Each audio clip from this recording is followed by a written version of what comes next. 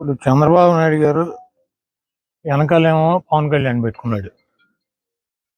పెట్టుకుని ఈరోజు ఆయన ఏం చెప్తాడంటే బీసీలు నాకు వెన్నుముక్క అని చెప్తాడు.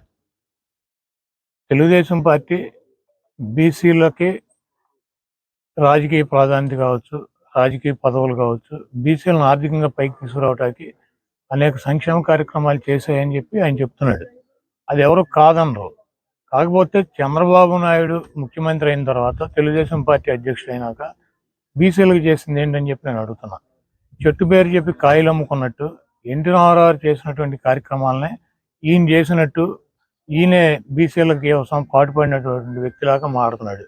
ఈరోజు కృష్ణా జిల్లా చూసుకున్నట్లయితే రాజశేఖర రెడ్డి గారు ముఖ్యమంత్రిగా ఉండగా ఇక్కడి నుంచి పార్థసారథి 5 సంవత్సరాలు మంత్రిగా ఉన్నాడు బీసీ. ఇంకెవరు కూడా లేరు, 5 సంవత్సరాలు ఆయనే ఉన్నాడు. అదేవిధంగా జగన్మోహన్ రెడ్డి గారు ముఖ్యమంత్రి అయినాక ఇక్కడ ఈ మా జిల్లాలో కృష్ణా జిల్లాలో జోగి రమేష్ గారిని 2 సంవత్సరాల తర్వాత మమ్మల్ని అందరినీ తీసేసి జోగి రమేష్ గారికి బీసీ సామాజిక వర్గం నుంచి మంత్రి పదవి ఇచ్చి ఆయనే ఒక జిల్లాలో మంత్రిగా ఉన్నాడు, ఉమ్మడి కృష్ణా జిల్లాలో. అదేవిధంగా కృష్ణా జిల్లా ఓసీ అయింది, జిల్లా పరిషత్ చైర్మన్. అయినప్పటికీ ఆయనేమో గద్దె రామ్మోహన్ రావు గారి భార్యని కమ్మ సామాజిక వర్గం నుంచి పెట్టుకున్నాడు ఓసీ అయితే ఆ రోజు 14లో. ఇక్కడ ఓసీ అయితే జగన్మోహన్ రెడ్డి గారు మరి హారిక గారిని, ఉప్పాల హారిక గారిని బీసీ సామాజిక వర్గం నుంచి జిల్లా పరిషత్ చైర్మన్గా పెడతాం జరిగింది. విజయవాడ మేయర్ తీసుకుంటే ఓసీ అయితే కోనేరు శ్రీధర్ని ఆళ్ళు పెట్టుకుంటే అది ఓసీ అయితే నగరాలకు సంబంధించినటువంటి బీసీ సామాజిక వర్గం నుంచి జగన్మోహన్ రెడ్డి గారు మేయర్గా పెడతాం జరిగింది. అదేవిధంగా రాజ్యసభలు 8 రాజ్యసభలు వస్తే 4 రాజ్యసభల్లో జగన్మోహన్ రెడ్డి గారు బీసీలకు ఇచ్చాడు.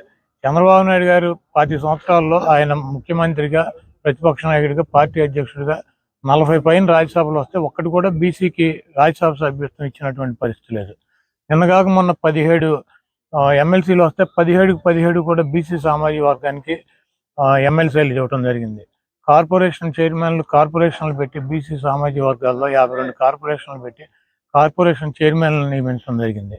బీసీలకు ఆర్థికంగా వాళ్ళ పిల్లల చదువులకు కావచ్చు, వాళ్ళకి వైద్య ఖర్చులకు కావచ్చు, ఆరోగ్యశ్రీ ద్వారా కానీ, ఫీజు రియంబర్స్మెంట్ ద్వారా కానీ, లేకపోతే బీసీలలో ఉన్న పిల్లల్ని చదివించుకోవాలని చెప్పి ఇంగ్లీష్ మీడియంకి తీర్చిదిద్దడం కావచ్చు, గవర్నమెంట్ స్కూల్ని కార్పొరేట్ స్కూల్స్గా తీర్చిదిద్దడం, వాళ్ళకి భోజనాలు, అదేవిధంగా వాళ్ళకి స్కూల్ డ్రెస్సులు, అమ్మఒడి, పిల్లల్ని స్కూల్కి పంపించినందుకు అమ్మఒడి డబ్బులు ఇచ్చేటువంటి కార్యక్రమం, ఇవన్నీ కూడా సామాజికంగా వాళ్ళకి రాజకీయ పదవులు కల్పిస్తూ వాళ్ళ పిల్లల్ని ఒక తండ్రిలాగా ఆదరిస్తూ వాళ్ళ చదువులకి, వాళ్ళకి ఆరోగ్య సమస్యలు వచ్చినా వాళ్ళకి ఇళ్ళు నిర్మాణం చేసినటువంటి కార్యక్రమాలన్నా కూడా పెద్ద ఎత్తున బీసీల యొక్క సంక్షేమం కోసం, బీసీల యొక్క ఆర్థికంగా వాళ్ళ కాళ్ళ మీద వాళ్ళు నిలదొక్కోవడం కోసం, వాళ్ళ పిల్లలు, వాళ్ళ హాస్పిటల్ ఖర్చులు, అదేవిధంగా వాళ్ళకి రాజకీయ ప్రాధాన్యత ఇస్తూ ముందుకు నడుస్తున్నటువంటి వ్యక్తి జగన్మోహన్ రెడ్డి గారు.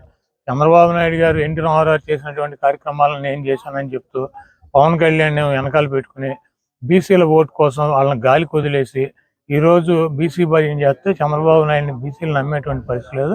తప్పకుండా 2019లో చంద్రబాబు నాయుడికి ప్రజలు బుద్ధి చెప్పారు. 2024లో కూడా చంద్రబాబుకి, పవన్ కళ్యాణ్కి కలిపి ఈరోజు ఏదో చంద్రబాబు పవన్ కళ్యాణ్ కలిస్తే భూమి బద్దలైపోతుంది, మీ ఇద్దరం కలిస్తే ఇంకా మిగిలినటువంటి సామాజిక వర్గాలు, మిగిలినటువంటి వాళ్ళందరూ కూడా చేతకానాళ్ళు 80% వీళ్ళందరూ ఉన్నారు, బీసీలు కానీ, ఎస్సీలు కానీ, ఎస్టీలు కానీ. వాళ్ళందరినీ కూడా గాలికి వదిలేసి పవన్ కళ్యాణ్తో నేను కలిశాను కాబట్టి, కాంగ్రెస్ పార్టీతో నేను కలిశాను కాబట్టి, బీజేపీతో నేను కలిశాను కాబట్టి, జగన్మోహన్ రెడ్డి గారిని ఏమీ చేయలేక మేమందరం కలిసాం కాబట్టి జగన్మోహన్ రెడ్డి గారి నుంచి నన్ను ఎక్కించమని చెప్పి అడిగితే ఈ రాష్ట్ర ప్రజలు దానికి సిద్ధంగా లేరు. తప్పకుండా చంద్రబాబు నాయుడు దత్తపుత్రుడు పవన్ కళ్యాణ్ గారికి ఇద్దరికి కలిపి ఈ రాష్ట్ర ప్రజలు బుద్ధి చెప్తారని చెప్పి నేను భావిస్తున్నాను. Do subscribe Saksham Vizag. Watch, like, share and comment. Thank you.